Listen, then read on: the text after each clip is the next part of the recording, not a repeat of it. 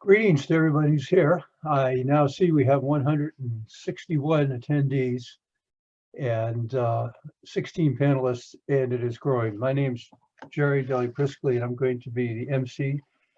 So colleagues and observers and others, we thank you for sharing this important launch event for the Storing Water, a new integrated approach to resilient development. I'm Tech Chair GWP.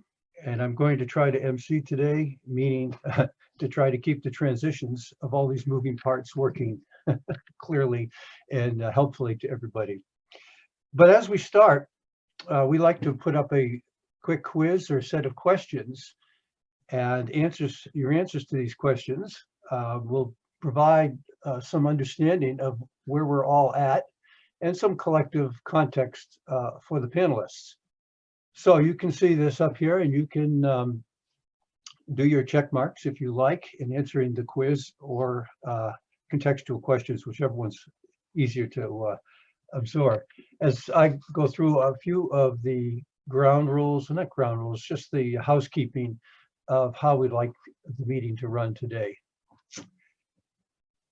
This is the first of our efforts to use this perspective paper to engage a broad cross-section of communities in water and climate and others, all for achieving this results of resilient development.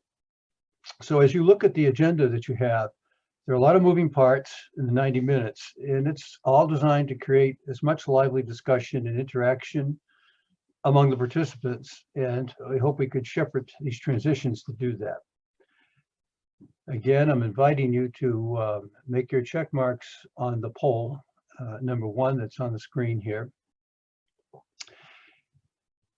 Now, after this short poll, we'll follow with 2 brief introductions from the Director General of IWMI and from the Acting ES, Executive Secretary GWP.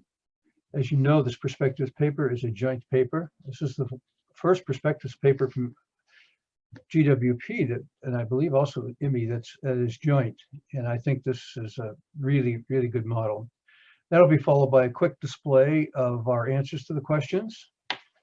And then we will have a 20-minute overview on the perspectives paper by Winston. We'll have an invitation after that to respond to a second question. This will be brief again. So both of these questions provide some interesting context for the panelists as they dialogue among themselves and perhaps generate some interest outside. This will be followed by a 45-minute panel of 5 experts, moderated by James Dalton of IUCN. He will make the discussion lively and interactive, and we may be able to catch some highlights from the chats. We have a special group looking at the chat sessions. And then we will close the meeting after 90 minutes. Now, I want to also remind, there'll be no long personal introductions, and you can find the bios on the IWMI landing site, and you can get all the details on this. Well, let me warn you, we're going to close the session, the first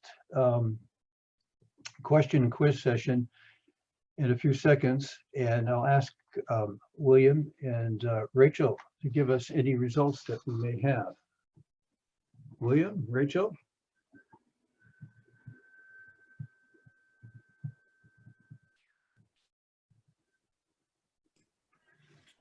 Hi, Jerry. Thanks for the introduction. And so we're just going to scroll through these results very quickly. So the first one, where is the most fresh water stored? The good news is that we have a very informed audience because this first answer is correct. In fact, around 97% of terrestrial freshwater storage, in other words, freshwater storage on land, is in groundwater. So you answered that question correctly. The second one is, what percentage of terrestrial freshwater storage is contained in the large dams? The most popular answer was between 1 and 10%. and most people were going between 0.1 and 25%. So the correct answer there is less than 0.1%. The smallest amount there is the amount of freshwater stored in large dams. The third one, which freshwater storage has seen the greatest change in volume over the last 50 years? Again, I'm very impressed. We have a very informed audience. It is mountain glaciers have indeed, and this is obviously a negative loss and associated with climate change in particular. And then finally, which of the following effects have been bigger over the last 40 years? A growth in freshwater storage due to dams and paddies, or freshwater storage decline or loss due to groundwater glacier melt. And an overwhelming number of you, so some 93% said it's about natural storage loss. And that is in fact correct, but the numbers are a little closer than you might expect. And all of these numbers are contained in the report. So I think, Jerry, coming back to you, the good news is we have a very informed audience. Okay, thank you, Professor. We passed. Now we can go to our meeting. But no, I'm only kidding. That was really fun. I'd like to ask Peter Rapinski, the acting ES of GWP, to give a brief intro. Thanks very much indeed, Jerry, and good morning, good afternoon, partners and friends, ladies and gentlemen. On behalf of the Global Water Partnership, GWP, together with the International Water Management Institute, it's a true privilege for me to warmly welcome you all to this official launch of the Joint Perspectives paper, Storing Water, a New Integrated Approach for Resilient Development. So as Jerry mentioned, I'm Peter Rapinski, and I'm the GWP Interim Executive Secretary and CEO, in addition to my day job, so to speak, as Chief Operations Officer. And with this Perspectives paper, as already been mentioned, and we saw a few teasers, I would say, in that video, we want, of course, to highlight the need for a new agenda on water storage to support resilient development. And in this paper, we are examining the options, the challenges for water resources and climate change communities to relook at the actual opportunities that water storage services actually offers. I think this is a very strong demonstration of partnership and inter-organizational cooperation between institutions that share a common vision about the need to foresee ways of increasing future water security in an integrated way. And I would like to extend my warm thanks and appreciation to all the co-authors, contributors and reviewers who made this publication possible. As the first official publication being launched during 25th anniversary year for GWP, which is this year, 2021, we thank you really for spending time with us today to learn more about this topic. And of course, we hope that this is just the beginning of a longer conversation that we will continue throughout the year about new and more adaptive ways of looking at water storage. I would actually also like to take this opportunity to inform you all that as of Monday, 1st of March next week, we are very pleased to welcome our incoming new Executive Secretary at GWP, Mr. Dario Soto Abril, and to welcome him on board on our journey. So with that, I'm wishing you a successful and fruitful exchange today, and I will now hand over to Dr. Mark Smith, Director General of the International Water Management Institute. Thank you very much. Thank you, Peter. Thank you, Peter, for that welcome. And good morning, good afternoon, and indeed from here in Colombo, where I am, good evening to everyone. And greetings also to my many good friends that I see on the call. I want to start with my thanks, first to GWP and to the GWP Technical Committee for your collaboration with IWMI in preparing today's event, as well as more broadly in identifying the need for new thinking and development of a new agenda on water storage. And really also for putting your heads and your analytical and your writing skills together with us at IWMI to produce the Perspectives paper on storing water that we're launching today. And second, and in that context, I also want to say a big thank you to the authors of that paper for such a, I know there was a lot of effort behind it, a lot of thinking, a lot of work and a lot of effort behind it, but it's really such a timely new publication that provides the basis for what I'm sure is going to be a valuable and really productive set of discussions today. I was asked to give some framing to the discussion that's going to follow. And I'll start by saying that there is a tendency perhaps to equate challenges of storing water with dams and reservoirs, and therefore a starting assumption often that it's a problem for engineers to solve. And alongside that there are controversies and tricky political dimensions to be navigated and very often perhaps even best avoided. In truth, it is both those things, but as the paper lays out, with greater understanding also comes recognition that water storage is part of a set of systemic challenges, and that by stepping back and looking at this bigger picture, we see that storage of water comprises a wider set of options, and from that, new opportunities for new types of solutions open up to us. Because storage is available not just from constructing dams and reservoirs, as the video made clear, but also extends to aquifers, wetlands, lakes, soils, and so on as well. This recognition comes at a critical time as the need for storage is growing because of climate change, because of increasing uncertainty in the availability and the seasonality of water, but also alongside that, changing demands on water resources. And in this context, storage is identified as a key for resilience, for cities, energy, agriculture, other sectors. And there are critical benefits then to society and economies to be developed through water storage, as indeed there have been throughout history. As the paper argues, water storage therefore should be seen as supplying a set of essential services to us.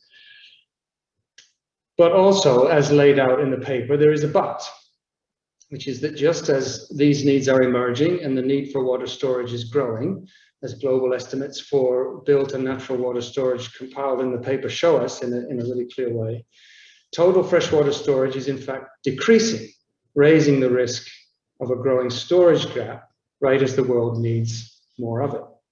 So what then is to be done? Well, as a start, and 20 years after the World Commission on Dams report, GWP and IWMI are calling for new thinking around freshwater storage. And in doing so, we have to then recognize that storage is more than dams. Water is stored in both natural and built systems above and below ground, and these interact in planned and unplanned ways. With, for example, performance of human-built storage dependent on natural storage located upstream, and likewise natural storage in downstream wetlands, lakes, floodplains, etc., dependent on the way a dam is operated. So the opportunity, therefore, is to create strategic approaches to storage that focus on the services that are enabled by managing the system well, such as urban water supply, food security, healthy environments, energy, and so on, more so than just focusing on the quantity of water retained. That leads us to be able to then ask how, by developing and managing storage in an integrated way, combining built and natural storage above and below ground, can we close the storage gap and meet a portfolio of service needs? How can we go about doing that? Doing so, as we hope the perspectives paper and today's discussions are going to help us with, is going to require new ways of thinking and new tools to guide the development and management of water storage. So I'm looking forward to further elaboration of these issues with the great speakers and panelists that we will hear from today, and discussion of the ways forward to building and strengthening this agenda around water storage. So thank you, and I guess back to you, Jerry. Yes, thank you, Mark. Thank you, Mark, and thank you, Peter. Wonderful. Now we'd like to turn to an opening overview presented by Winston Yu, whom I know, all of you know, Winston from the World Bank, but also a member of the TEC, who, along with the authors, has been doing yeoman's work on this. Winston, could you give us an overview of what is in this paper? Okay, thank you, Jerry. And let me start first by indeed thanking my co-authors, William Rex, Matthew McCartney, Stefan Uhlenbrook, and Rachel von Genechten from IWMI, where I spent the last 2 years before returning to the World Bank, and Jerry, who is the chair of our technical committee at GWP. Before I start, let me also just echo both Peter and Mark's observations about this collaborative work between GWP and IWMI. And in many ways, if I can say it, this paper represents the first pandemic baby, if you will, between these two organizations.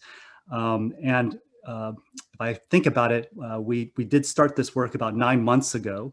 And like in all 9-month-long journeys, when we started this, I think we couldn't imagine just how big this agenda is. And so I very much look forward to the many, many conversations that we will be having with all of you and many different people who are involved in this space in the years to come.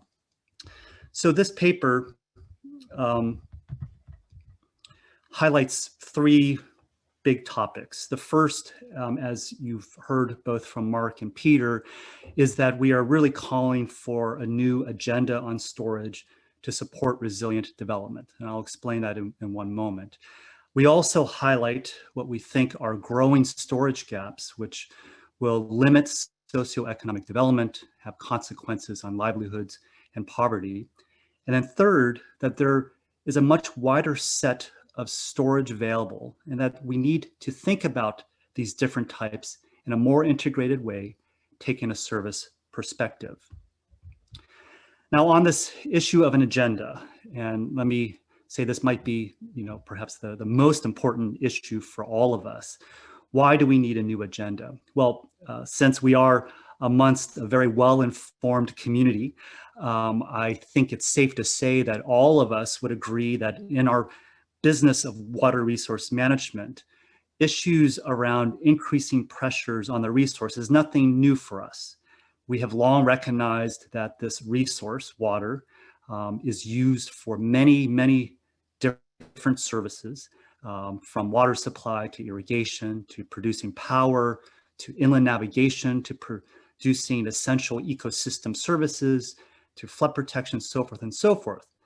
And that with population growth, we know that there's always going to be this pressure on this shared resource. But what is different now? What is different now is obviously the concerns around climate change and the evidence that we're seeing about patterns of variability and uncertainty changing. We're already beginning to see this today.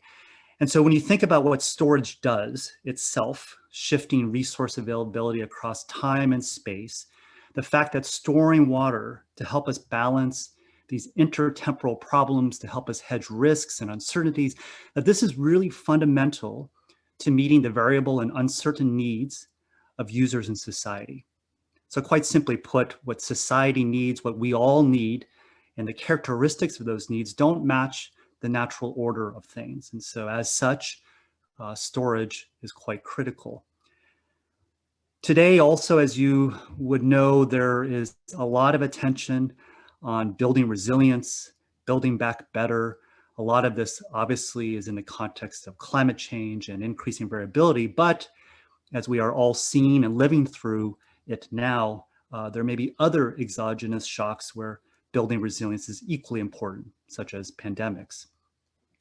And then as Mark mentioned, and as was illustrated in the video, there is unfortunately a common perception that storage is all about dams. And I think, as you could see from the questions in the beginning, clearly that's not true.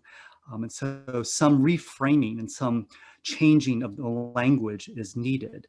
And, I am reminded that it's 20 years since the World Commission on Dams report. And when we started this work, we sort of brainstormed amongst ourselves, what has changed in these 20 years? And I think one of the most important things that has changed is this important recognition of the opportunities for nature-based solutions and green infrastructure. And at the same time, however, not full appreciation nor full understanding of the codependency between these natural and built systems. So indeed, not only a new agenda, broadly speaking, but even perhaps a new research agenda to tackle here for all of us.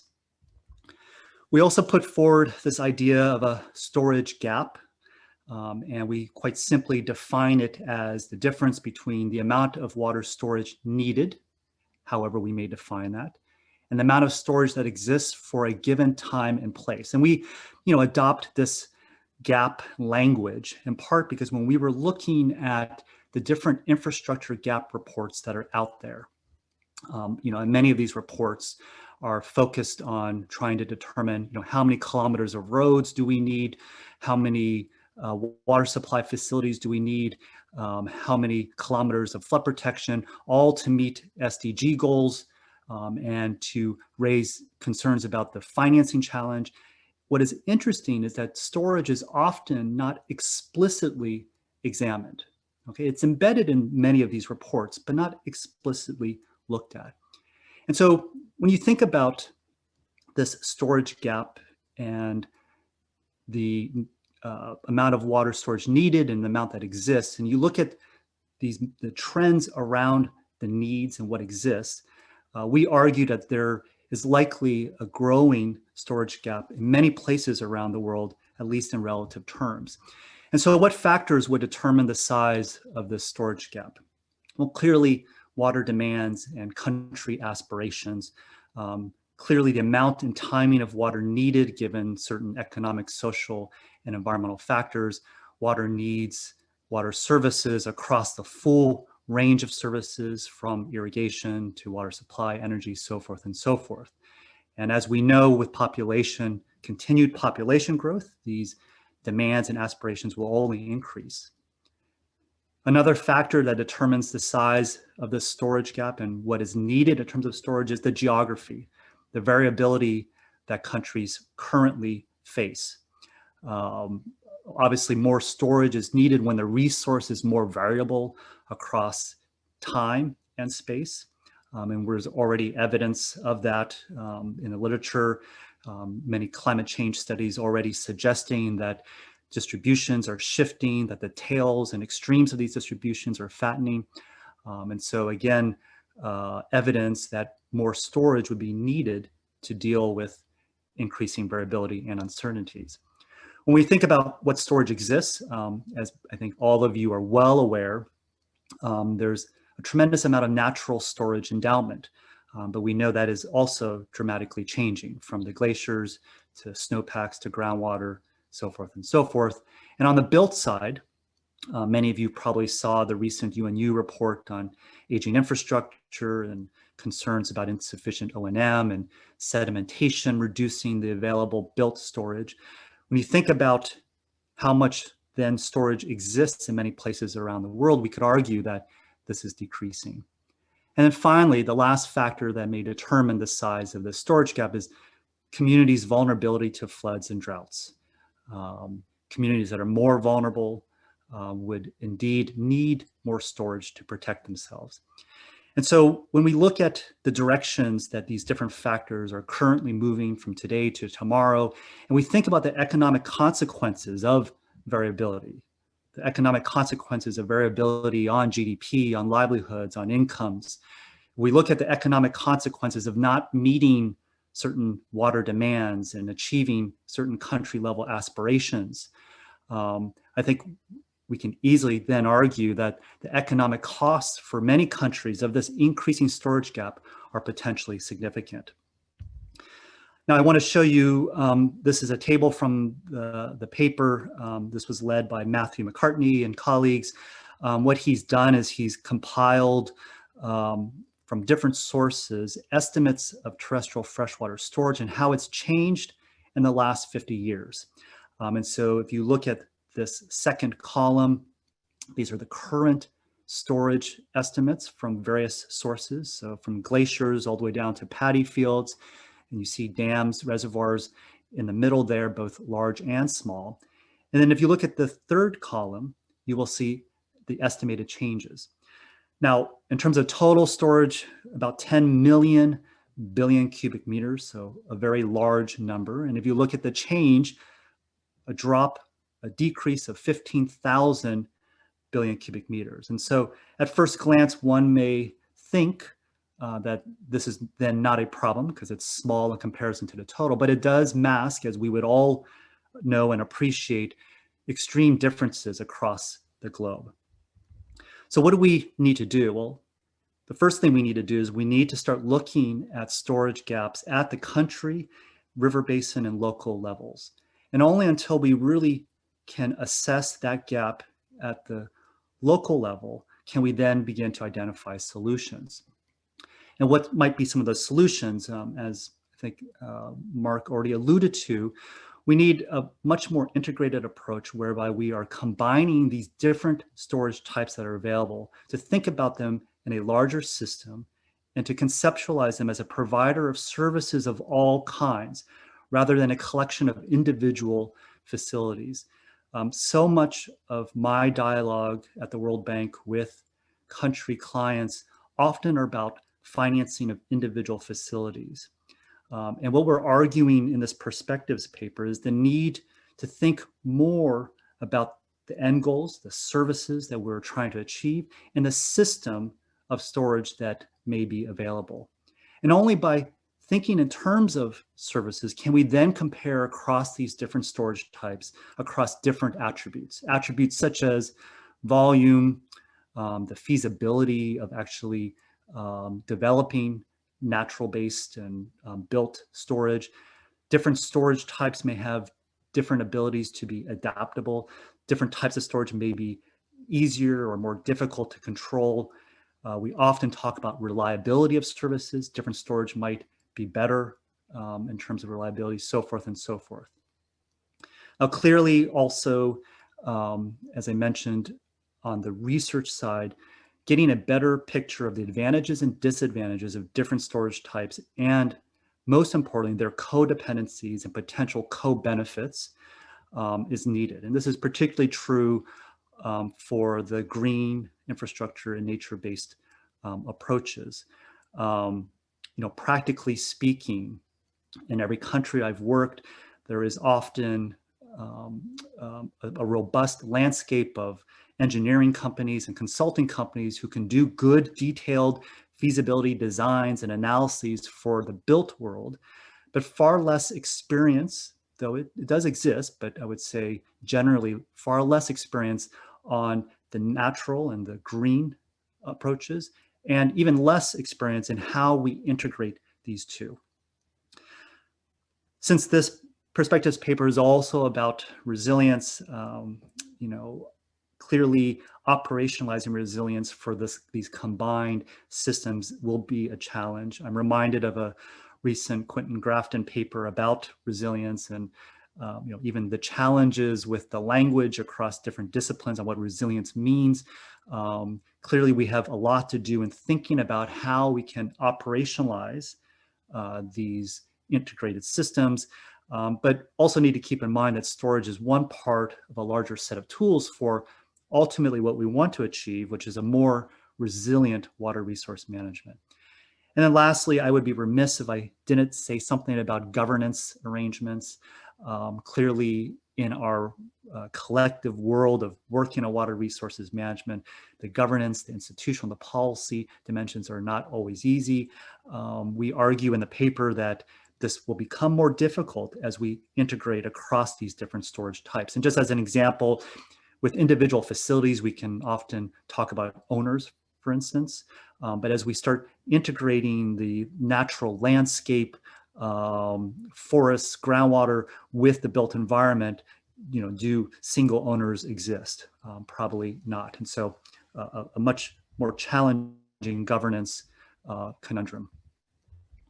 So just to conclude, as I mentioned in the beginning of my comments and this 9-month journey we took, this is an enormous agenda. And I hope all of you who are online recognize or maybe become convinced of the importance of storing water and many questions that remain to be answered. So we've listed what we think are sort of 6 key agenda items. The first is we obviously need a new framework for rethinking water storage as an integrated system of services.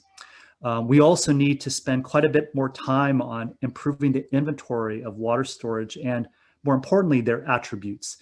Rachel von Genechten, who was our wonderful RA who worked on this paper, can attest to the challenges with just squaring away the different data sets that exist out there globally right now.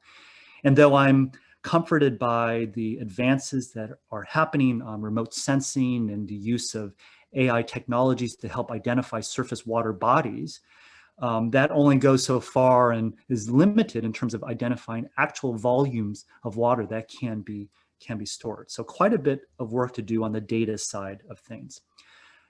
Just to reiterate, obviously a lot of work to unpack the effectiveness of nature-based solutions and understand better these codependencies. Matthew McCartney and others have several good research papers on this topic, but I think a lot more is needed, in particular at the basin level. And then this relates to really articulating the costs and benefits and even identifying co-benefits and opportunities for greenhouse gas emission reductions. Until we get the economics right and articulate them clearly, it will be very difficult to change and move away from the traditional single facility, single gray approaches. I also want to highlight that there may be also advances happening in the materials science world and civil engineering world to make storage more effective. There are big data approaches to optimizing cascades of reservoirs and do better forecasting of inflows into reservoirs. There's also a big move to use drones and remote sensing approaches to help monitor dam safety. So a lot of other innovations that can help us in this more integrated storage agenda. And then finally, how do we introduce these ideas into storage planning and operations? And so with that, you know, I hope that this is the beginning of many, many, many more conversations amongst many, many of you, and look forward to seeing what materializes from this. Thank you. Thank you, Winston. Thank you for the clear and I would say within time frame presentation. Excellent, wonderful. We want to do one more of our little quizzes, and we'll bring in William to do this. This will be another short quiz, and the results of both these quizzes, plus what Winston has been talking about, and what I can see coming up as question and answers, will ask the chat trackers to take a look at these. And I think when the panel comes up, we'll have time to do some interaction around some of the questions and some of the reactions to the data. William, do you want to take tell us what's happening on this new question quiz? Thanks, Jerry. So the question is up there on all of your screens. And all this is doing is that, as everybody's emphasized, this paper is about trying to frame some of the key issues in integrated storage management and to think ahead about the work that needs to be done. So these 6 points were the concluding points in the paper, and there's obviously a lot more detail in the paper about them, but we're trying to get an initial sense of what is your collective feedback across these 6 points about what would be your top priority. So the poll will be up there for a few more seconds, and then we'll close it when Jerry says so and show the results immediately. And on this one, William, there's no necessarily right or wrong answer, right? Not at all. You don't need to feel the pressure. There's no right or wrong answer. This is more about trying to shape next steps and the future agenda. Just giving you a bit of a hard time. No, it's quite good. Well, are you getting some results? Because we can then move on to our panel.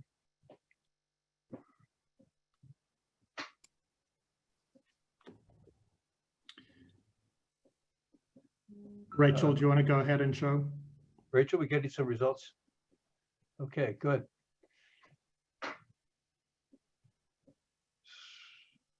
Developing a framework for thinking is integrated services seems this one's more evenly distributed, obviously.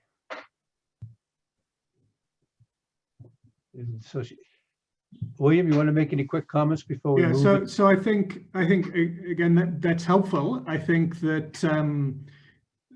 that it reflects the fact that we're collectively still trying to think through what does this mean and how do we put into practice, which is that first framework.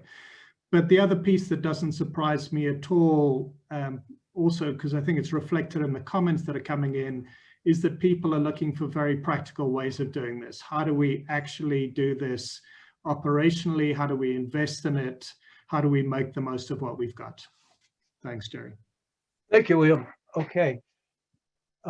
We would like to start our panel. Before I start, I want to remind everybody who's listening that the question and answers that are coming up have been tracked, and the chat boxes have been tracked.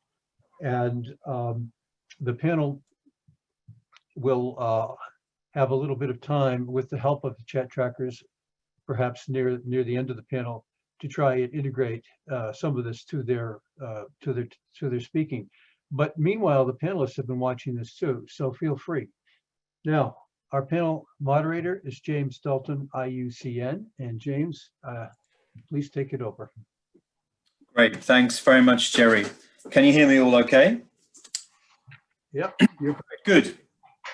So thanks very much to our 5 panelists waiting quietly on the sidelines. If you could all turn your cameras on for me, please, that would be good. And we'll come to you first, Pamela, in just 1 minute. This is a question and a request to the audience, really. Please do send us questions for the panel. If you could put them in the chat. If they're just general questions, that's fine. But if you have a specific question to a particular panelist, please name them. And we will try and filter them through as we go and hope that we can get some of them directly back to the panel in the time that we've got. Thank you for that. So we're short on time, so I won't spend too long on instructions. Let's go first to you, Pamela. So Pamela Collins, you're an associate scientist for conservation and sustainable development at the Moore Centre for Science of Conservation International. You and I have talked quite a lot at length on natural and built storage and some of these challenges.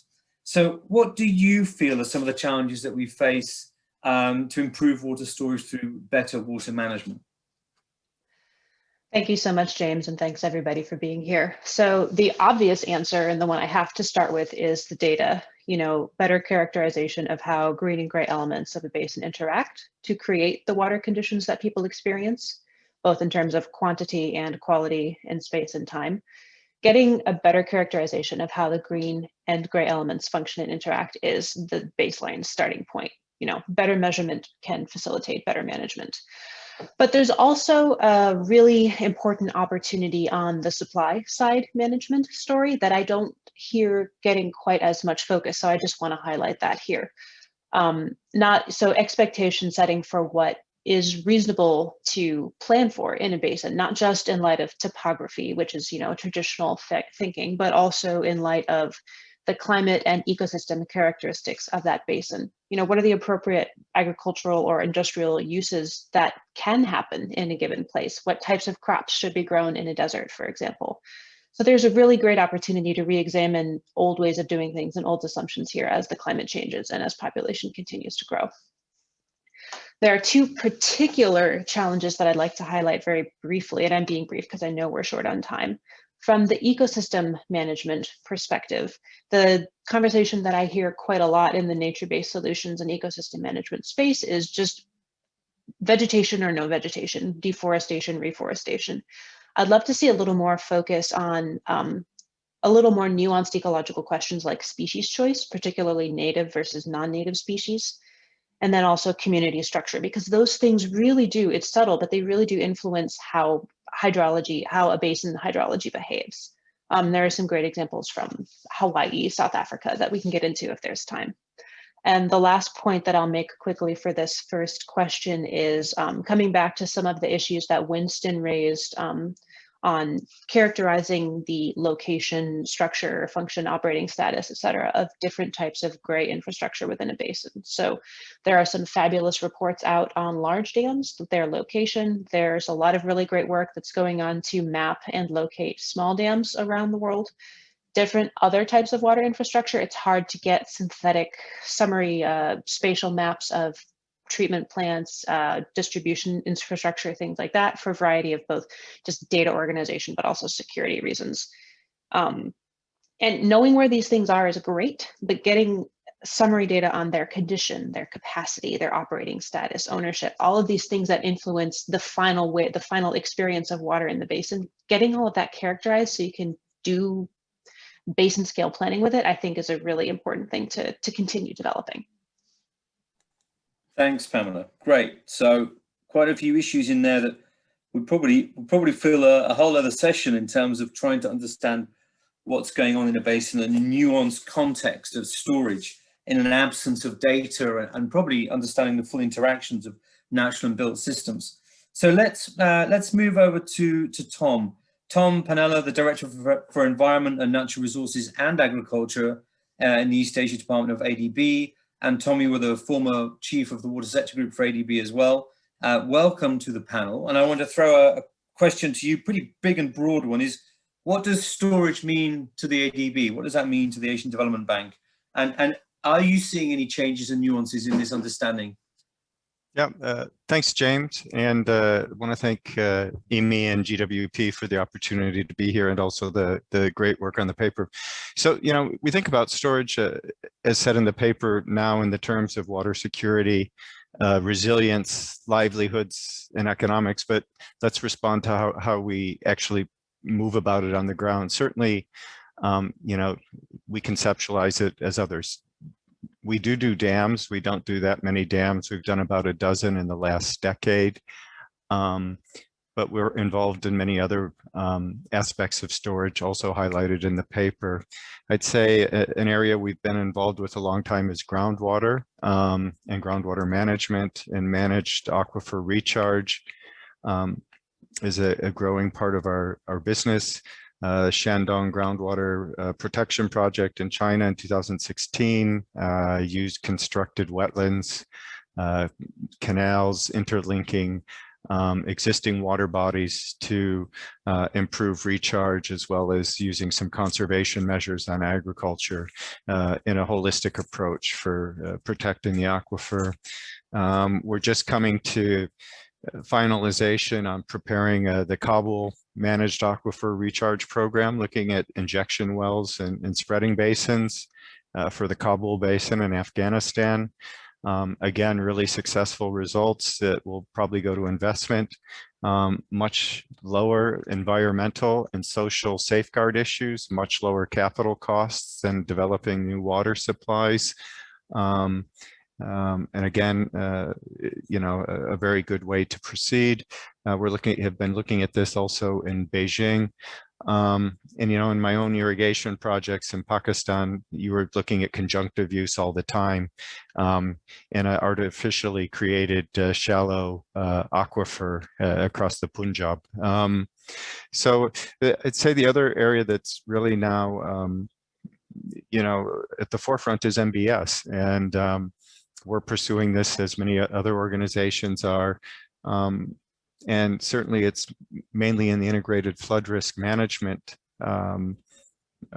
perspective, but certainly recharge is a huge co-benefit of that for groundwater.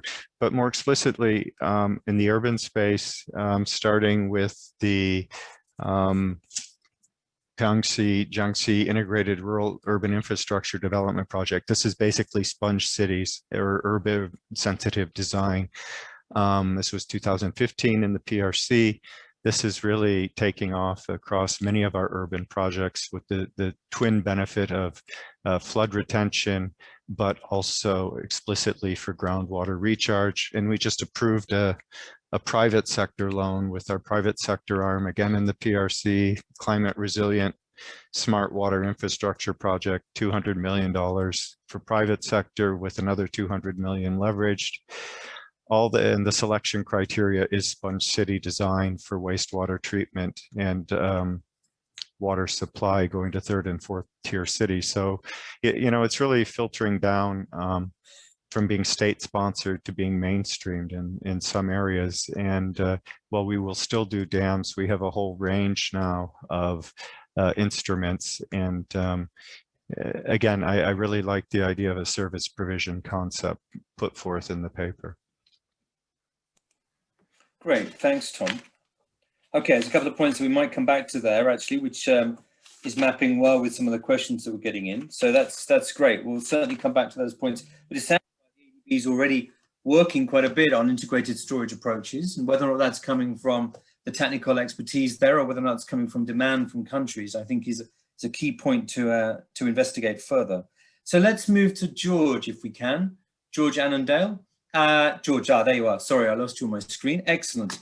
You've got 40 years experience of working on reservoir and sediment management. You've written books and guidance for people to follow over the years.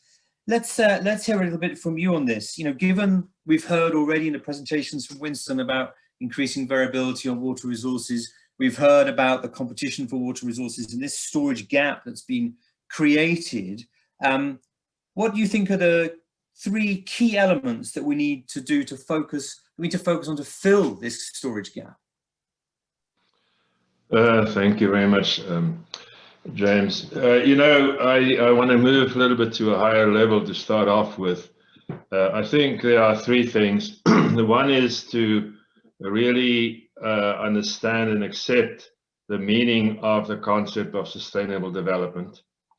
The second one is to understand the nature of resources that we are developing. And the third is the importance of reliability of supplying these services. Now, if we look at the first one, the meaning of sustainable development, you know, if you use the Brundtland Commission report as a basis, what it really comes down to is that we need to create intergenerational equity as we develop resources. And we've been really a huge failure in that, both in our 2 main sources of water. You know, groundwater is overutilized 3.5 times globally, the fresh groundwater. And if you look at reservoirs, dams and reservoirs, you know, currently our storage per capita is about what it last was in 1965 due to reservoir sedimentation. We are losing storage.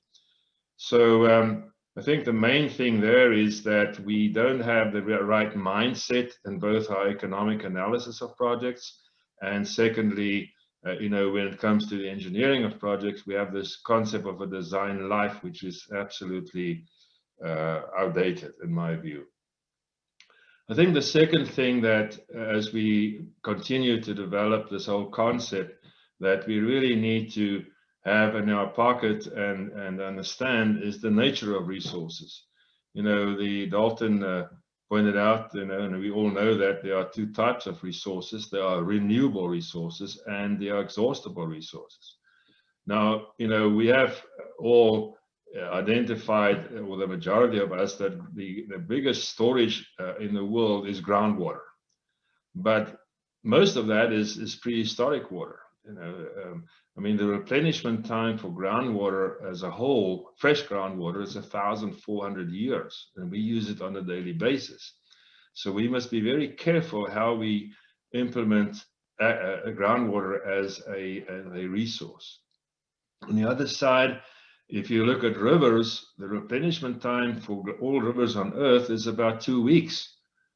You know, so it's much closer to what we use on a daily basis. So, you know, we have to. I'm all for the idea of conjunctive use, but we have to be very careful on how we do that. I mean, the whole fact that groundwater is 3.5 times overutilized globally is scary. And I think the third thing on reliability of services, it comes down to the increased hydrologic variability that is associated with climate change. Now, you know, if you look at the 2 main sources, river water and groundwater, rivers have a greater potential for sustainable development, but the variability is going to increase So, if you want to use that, you have to increase your surface storage.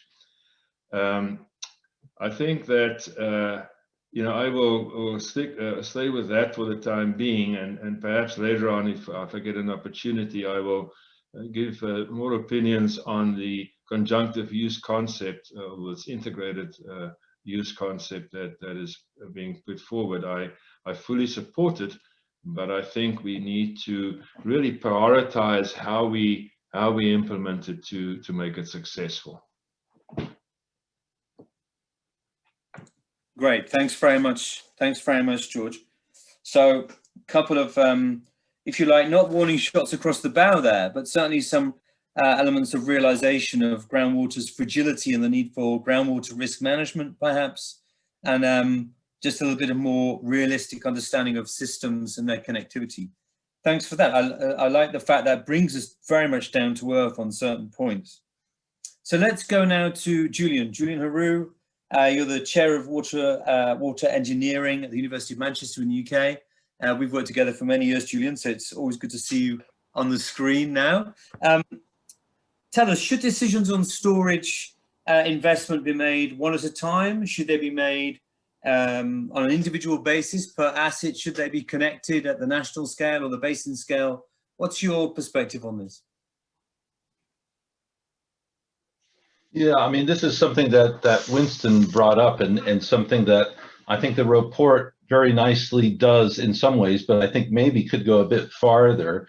I really like this concept of an integrated systems of services. I really think that's very helpful for making better decisions on water.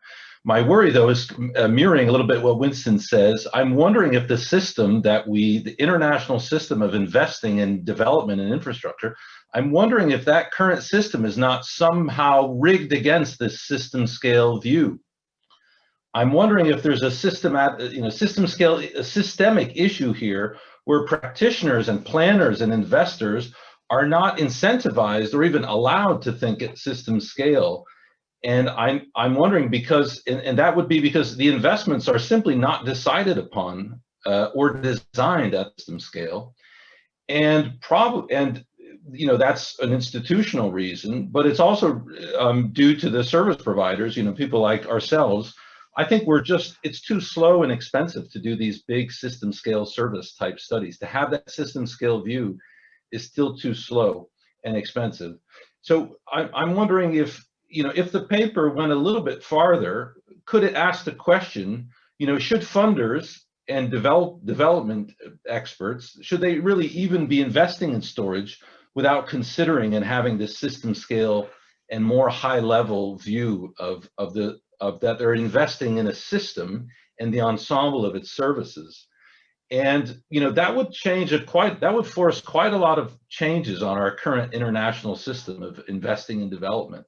For example, we wouldn't, like Winston was saying, at the World Bank, they look at individual assets. Should we not be investing 5-10 years earlier to develop in-country capability, think of their system-wide design or how they should try to advance their system and their country at a more strategic and system-wide level? So I think the paper is very good, but I think it's shying away from the deeper question of, should we rethink the way we do business as a community investing in development? And should we adopt a more start the conversation 5-10 years earlier? And so when you talk about investing in a dam, talk about investing in a conjunctive use scheme, have you done that based on several years of working in the country and thinking with them, at that more systemic and service level scale? So that's just a bit of a challenge, but generally I think the report is great.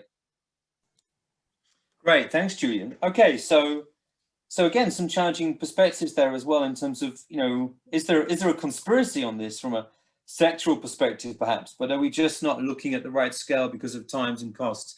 So let's just think this through. So Tom, I'm going to come to you now, because you mentioned a couple of things here with some really good examples from your client countries on more integrated projects and solutions with constructed wetland management, managed aquifer recharge, etc. So if you're seeing some of these things come about, is that because there are technical solutions on the table which can be negotiated and invested in? Or are you seeing from a country perspective that there is demand for these integrated systems? Or it's just that this integrated approach is offering that service that the document talks about? You know, is there demand there? Or is it just that we're servicing where there is opportunity and the need for this integrated set of solutions? Well, the first question is, there's obviously a demand because, you know, the client asks us for what they want. So everything we provide is client driven. So there's obviously a demand. Now the question, does it fall under this rubric of an integrated solution? I think people are looking for whatever solutions they can find and that are expedient. Is it within the systems framework? I think we're a ways off. I think the sponge cities comes a bit closer to that, but again, you're working in a fairly narrowly defined geography. But again, for the systems approach, you have to go to either a basin or a very large landscape approach. And again, do the analysis as Julian was alluding to now, but you then have huge transaction costs among agencies. Who's going to drive this? You would have many different agencies involved with different types of storages, not only horizontally, but vertically, most likely between national, provincial, district governments. And then to coordinate it all, who's going to do that? Who's going to take it forward? Now, on paper, it looks very nice because you could also bundle the risks and you could bundle the financing and have a very nice package, and people could buy pieces of it as kind of a service provision contract. But I think to get there, it is a long way off, not only I think in the developed world, but in the developing world, it would be particularly challenging at this point to get there. And again, I think land use planning would be paramount in any of this type of exercise. Over. Great, thanks, Tom. So let me come to our final panelist on this first round, to Akisa Bari. So until very recently, Akisa, you were the Minister of Agriculture, Water Resources, Fisheries, until literally days ago, right? And then you were also the Secretary of State in charge of water resources for Tunisia, and you've got experience with IWMI and the African Water Facility. So we have the right person at the table here. I've heard the responses from the panel members, and there are a variety of different questions that are coming up from the audience as well. Quite a lot of them are linked to the challenge of governance and the complexities of policy and legislation. And I wondered, based on those responses, what do you think are the major policy hurdles that exist to try and mobilize this integrated set of storage solutions? Thank you, James. I would like first to say that coming from, an arid and semi-arid region, water storage has been done for centuries. When you come back to what the Berbers, the Carthaginians, the Romans during the Islamic period and nowadays, it is incredible the number of storage systems that we have in the country. From the point of view of aqueduct cisterns, when you come and see the Roman cisterns are really impressive, but also the traditional soil and water conservation systems that we call, mix of what you call built and gray systems. So they are already there. And after independence, there was a large policy for storage, mobilizing water for different purposes. And so it has been practiced at different scales all over the country and for different purposes. And also the use of groundwater. And I must say now that we are over mining our groundwater, because there was mention of groundwater, but it is conjunctive use is being done.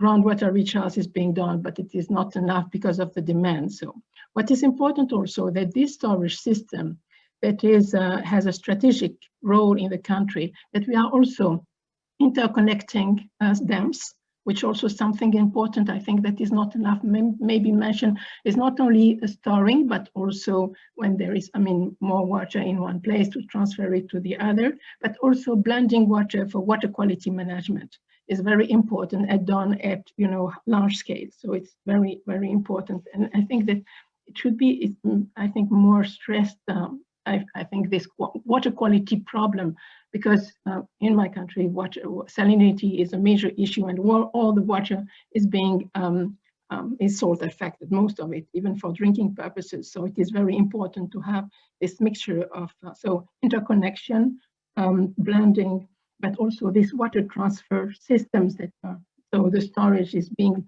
seen as a more dynamic level. And this is more from the point of view of all of this physical and built and as I said, the soil water, the water and soil conservation systems are all over the country also, and there is a big investment. What is maybe missing is this question of coordination, having more, preventing all this sediment filling of the dams, and having more this water and soil conservation being better coordination for, preventing our large dams from being filled with sediments. One thing that maybe is not mentioned, I think, is the non-physical storage, because we talk about the blue water, but all the soil moisture is very important, but also virtual water, I think is important to mention, because as I said, water storage for what? And when we are not able, what should we produce with this water? What should we use this water for? And if not, how we can also store water in grains.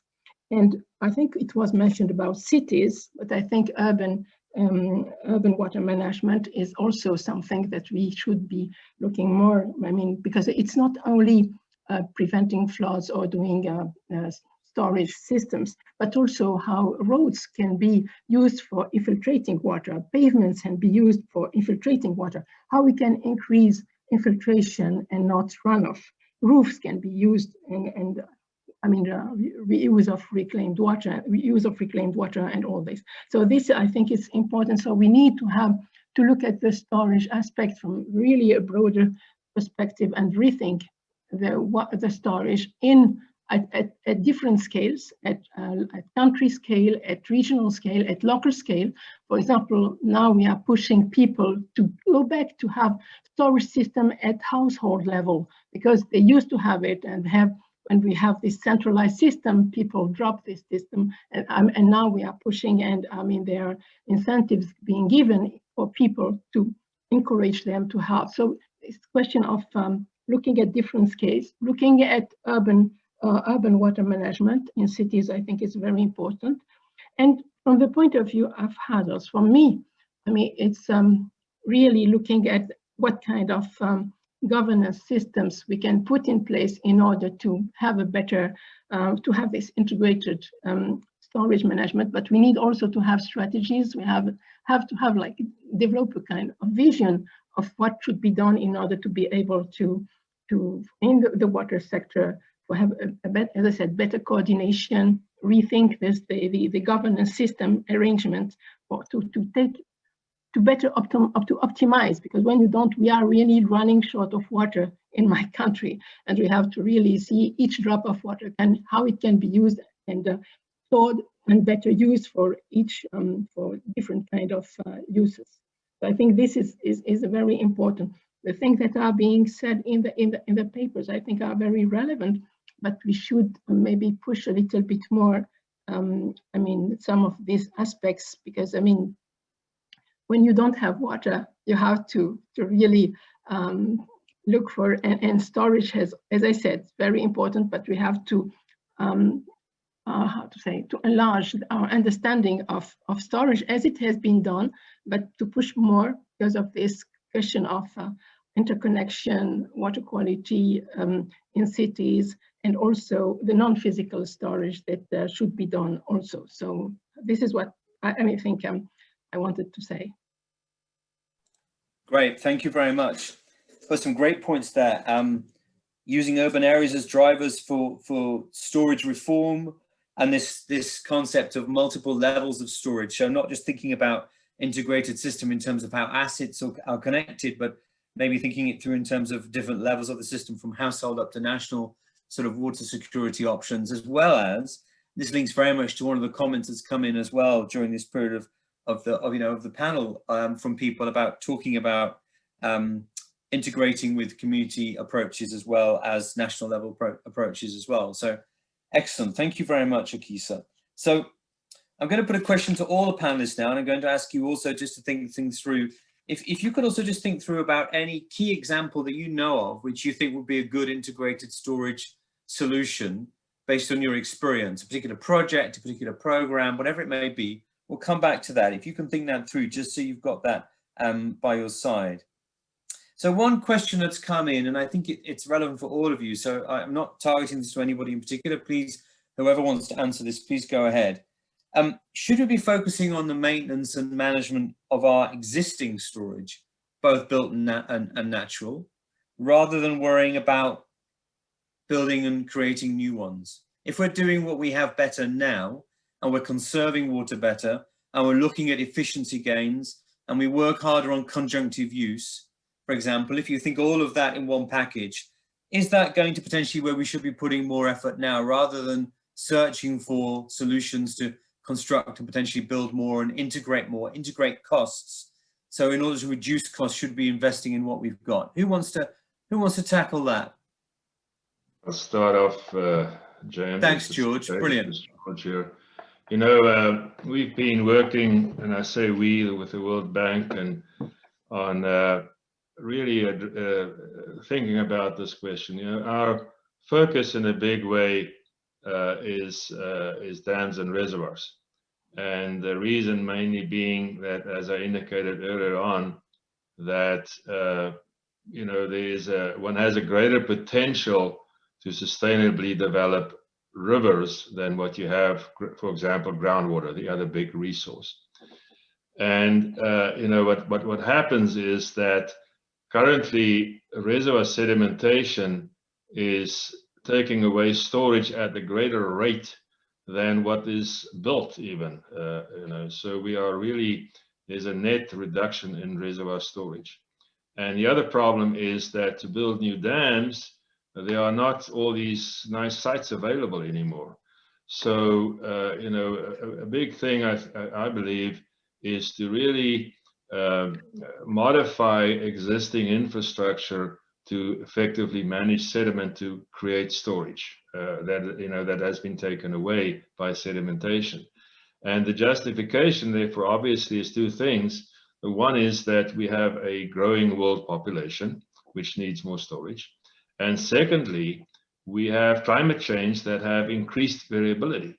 So what's going to happen with this increased variability is we're going to have longer term droughts, multiple year droughts, over increasing parts of the world, and we do need more storage.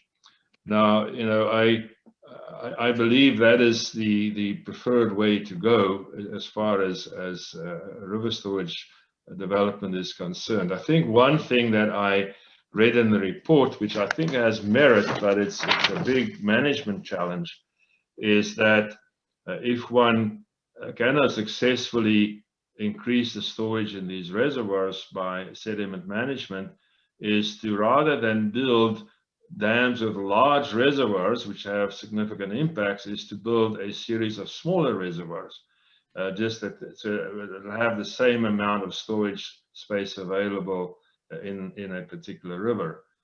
The problem with that is that you know, managing it becomes quite complicated, because you have to really look at system management. But I think purely from a surface water point of view, I think the emphasis should be on to see how one can regain reservoir storage through reservoir sedimentation management. And that is, you know, I live in Arizona now, and previously when I was growing up, I grew up in South Africa, so water shortage has been part of my life always. And I can perhaps, you know, add later on a project which I think is pretty successful, but that's an opinion that I have on this my side. Great, thanks, George. Thanks very much. So let's just move to Pamela now. We've got a couple more questions coming in, so I'm going to blend these together into one for you, Pamela. And I think this links back to do we have the right level of science? Do we actually really understand how our natural basin ecosystem capacity and functioning can work with natural systems, given climate stress upon that, given demographic change and natural challenges of how people interact with these systems? Do we have enough of the science there to really help us make decisions? Or does it matter? Because in most cases, 30, 40, 50 years ago, when a larger number of infrastructure and storage was constructed, we didn't have a lot of the science that we have now. We didn't have a lot of those questions and answers, and yet we still went ahead and built it. So what have we got now that's going to improve this situation? Well, I mean, I think it depends on what your objectives are, on what success looks like, right? If the objective is to finely tune the management of the hydrology of a basin to account for and leverage the roles of different ecosystems within that basin, upland ecosystems, wetland ecosystem, things like that. And if the objective is to align very well the functioning of those ecosystems with the needs of the people who live in and among them and use them and cultivate them, I think we have course levels of understanding. If you're going from, spatial gridded mapping and modeling, we have course levels of understanding to reasonably approximate the functioning of a lot of those systems. For really finely tuned physical modeling of those systems, the generalized models that exist for agenda setting are probably not the right tools. That's probably the situation where you'd want to go do a proper detailed study with boots on the ground field assessment and evaluation. But then, as I think it was Julian pointed out, that takes a lot of time and that can become very expensive.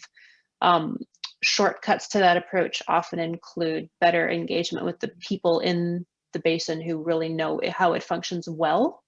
And so I think there are good hybrid solutions. You can always characterize a system better quantitatively. You can always, refine your model parameterizations. You can do that until the cows come home. Is that the needed path to getting you the water outcomes that you want? It's going to depend on the specific conditions. I think the ability to map and characterize ecosystems with remote sensing has improved dramatically since the types of projects that were built in the 30s, in the 40s, 50s, 60s, 70s. Yes, we have definitely advanced from there. Should we be using that new information? Absolutely. Is that all that's required? No, that's not enough. As I mentioned before, better characterization of the existing impact and structure and function of existing gray has to be part of that story as well. And then, as was mentioned by several already, understanding institutional design and policy environments is a key part of the story as well. Just characterizing the physical system is not going to be enough to get you the outcomes that you want, especially if different ministries have different mandates, different funding sources. They may want to collaborate. They may not have the ability to for a variety of legal or historical reasons. And to be honest, there's also going to be social considerations that often get missed, but are crucial if you have different groups of people who historically have different priorities for what a landscape should look like, or have challenges for interacting for a variety of reasons. That also has to be part of the calculus, and that is, for a lot of really good reasons. The different people with different sets of training engage with these different social, institutional, and physical challenges, but they all add up to the end experience of how people experience water in a basin. So bringing all of those sets of expertise together for integrated planning is where we need to be going. Yeah, great. Now, really, really interesting point there in terms of how people interact with it and what they want as a service from the system depends on how they will therefore prioritize solutions. So let's just go, I'm going to throw you a curveball here, Tom, and I'm going to ask you, who has the capacity to really integrate storage, given the different levels of land ownership, tenure, complexity over who is responsible for investing and owning built infrastructure? Is this the realm of river-based organizations? Is this the realm of the ministries? Is this the realm of new institutions or multi-stakeholder platforms who have something behind them to manage the risk? What's the new paradigm on that look like, if there is one yet? Well, I defer probably to the later one. I don't think there is one yet, but it's going to depend on the country context, and obviously it's not going to be necessarily one ministry to do this, and it's going to have to involve a range of government entities. Yet I don't think government is fully the answer, depending on the situation. Obviously, private sector has a huge stake in this because they're going to be a consumer of the service, as well as ideally a supplier of the service. And certainly the communities at large are going to have to be involved in this decision making. I mean, I think that the main thing you're going to need is somebody visionary and the political will to drive it, and the form will have to fit the function, and that will differ from country to country. But getting the awareness and then the ability to come to an outcome. And again, don't let the best be the enemy of the good. Start with things that are achievable at perhaps a smaller scale. Over. Great, thanks, Tom. So I'm just going to squeeze a question into you here, Julian, because we're getting short on time. But a quick one to you is: can water learn something from energy here in terms of integrated system planning? Yeah, there's, I think this report points out to there's definitely something new and exciting in this area. From my point of view, there's probably two of the most exciting areas are conjunctive use of surface and groundwater. It's amazing what that can do all over the world. The second example that I think is really exciting is the conjunctive use of water storage and energy storage. Water's, we kind of forget that a lot of dams, a lot of water storage that's not for water supply is built there for energy. And thanks to new renewable and variable sources of energy like solar and wind, we're going to, I think, have to rethink why we have water storage when water storage is specifically invested in for energy. And so that's going to be a huge driver of change. And if I can just, so those are two very exciting and dynamic topics that are going kind of in parallel to the water storage debate. If I can quickly jump in on that, the question that George Annandale responded to, which I think is one of my favorite, which was given by the audience. Should we reoperate the systems or invest in new storage systems? I think that's a key question. It's a lot cheaper to reoperate and to better manage your current system and to change institutions. The problem is it's a lot harder and it's more political. So I think whenever we should change the institutions and change the management, because it generally is much financially cheaper, and it's also it's economically cheaper, and it has less impacts. The problem is it requires institutional change. And the best example that I know of in the world is how California changed its entire plumbing, its entire water management in response to the 1991 drought. That is an example where there was a big drought and the governor decided in just a few weeks to change the institutional basis for water management. They allowed people a deep institutional change, which is to make water rights exchangeable. That allowed a water market. And what that did is it completely changed the culture and the practice of water management in California. It meant that large surface water schemes were just abandoned. There was no more, they weren't abandoned, but there was no more new investment. All the investment went into small portfolios of small scale new supply options like groundwater. And some of the biggest investment was done by farmers who invested in conjunctive use. So they, instead of taking 100% of their water, they would store 10% of it in the ground in a groundwater bank, and then they would sell it to Los Angeles in dry years and become very wealthy. So that's a great example of how dynamic and exciting this topic can be. And I think this question was great from the audience because it points to institutional innovation is what allows to take best advantage of the storage we have. It can be the hardest to do, but I think in messages to decision makers like the Excellency from Tunisia is to tell them what an opportunity there is for institutional design. It doesn't cost anyone anything, and it can do amazing things for storage. Yeah, thanks, Julian. Good point, and actually matches some of the questions and comments coming in from the audience as well. in terms of lessons to countries who haven't got a huge amount of infrastructure yet or haven't exhausted their existing storage and are looking around for other options as well. But with a welcome reminder that let's not exceed the capacity of natural systems, and let's not put a lot of, if you like, the storage debt onto farmers and smallholders who are having to respond to these changing needs. So Akisa, based on these issues, you know, is this sort of type of dramatic reform possible, do you think, in terms of changing the way storage is understood and possibly reforming the institutional setup to allow storage to become almost a separate stream of broader water management? Is that palatable, do you think? Could that be something that's doable? You know, in my country, we have been maybe lucky in the way that all the water sector is within the Ministry of Agriculture, and most of the institutions dealing with water issues are, I was in charge of the Water Resources Department, I mean, managing State Secretary for Water Resources, and all where, I mean, we have water resources water resources studies, we have dams, we have I mean, all the transfer systems, we have the water supply, everything was under, and water and irrigation and so on, under the same thing.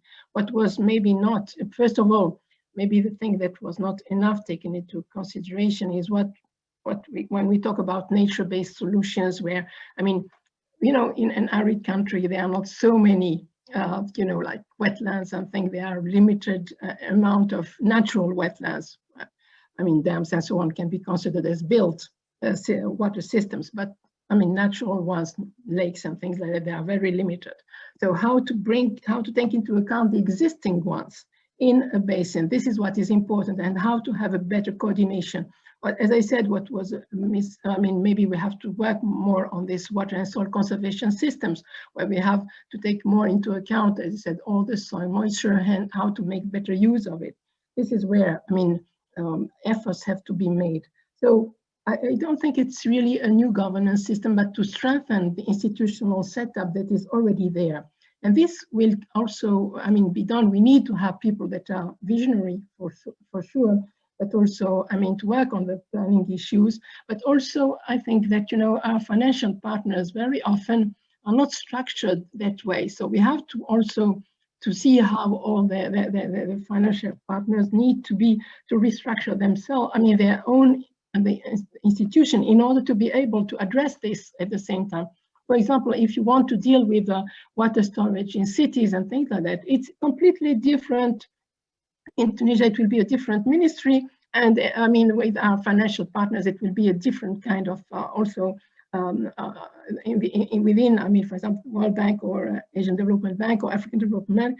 So we need, I mean, the financial partners also have to do this also work within the institution in order to be able to better address the issues, because if they want to finance this kind, we need to have a different approach. So there is work to be done from the institutional aspects within the country, but also at the level of the financial partners. And I think what will be important is also from the point of view of education and training of water professionals, because we need to bring a new kind of mindset. New people have to be trained in this way. R&D, also research and development. And we have, I mean, someone mentioned also social involvement, because I think very often when we talk about storage, I mean, people have to be, in order that they should buy in these different options. We need to have to educate also the public in order for them to have a better understanding. I see a number of projects in Tunisia that are being blocked, or, you know, they don't move because people are against sometimes, I mean, some of these storage systems. So, but maybe, I mean, build natural systems also, we need to have their buy-in. So it is, I mean, we have to approach the whole question, I think, differently and from different point of view within the country, with the different and with the financial partners as well. Great, thank you very much, Akisa. So unfortunately, we've run out of time, and yet we've had over 50 detailed questions, some specifically to you all and some generally on the panel. We obviously can't get through them all, but certainly this subject is stirring the mindset of the water community at large on various issues. So I want to thank you all as panelists, for your comments and your feedback and responding to those questions.